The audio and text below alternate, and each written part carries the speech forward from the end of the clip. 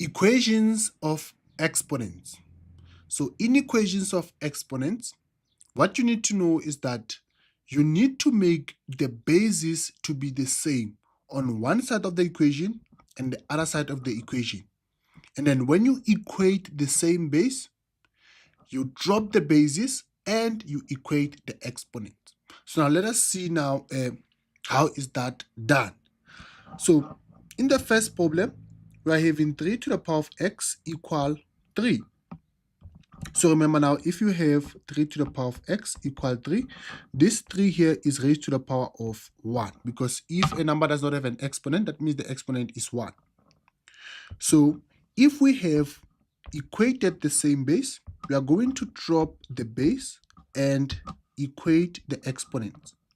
So this is just going to simplify and be x is equal to 1. So that is how you will solve the first problem. So the second problem, we are having 3x is equal 1.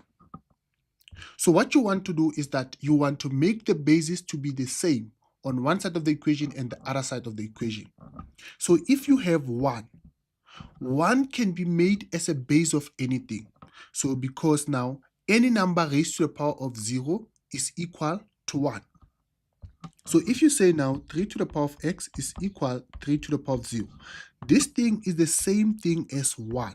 You did not change anything. So you just wrote 1 as a base of 3. So 3 to the power of 0 is the same thing as 1. So after you have made the bases to be the same, now you can do what? You can now say, okay, I'm going to drop my bases and equate my exponents.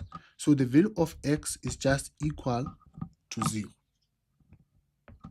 So let us look at the last problem. If we have 3 to the power of x equal 9, the first thing that we want to do is to make the bases to be the same.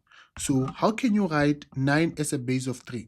You can use your calculator to say now 9 equals sign, and then you say shift fact, and that's going to give you 9 as a base of 3. But now 9 as a base of 3 is just the same thing as what? As 3 to the power of 2. So you just change the 9, you write it as the base of 3 so that the bases are the same on both sides of the equation. And then if they're the same, you just drop the bases and you equate the exponent. So your x is just going to be 2. Thank you very much.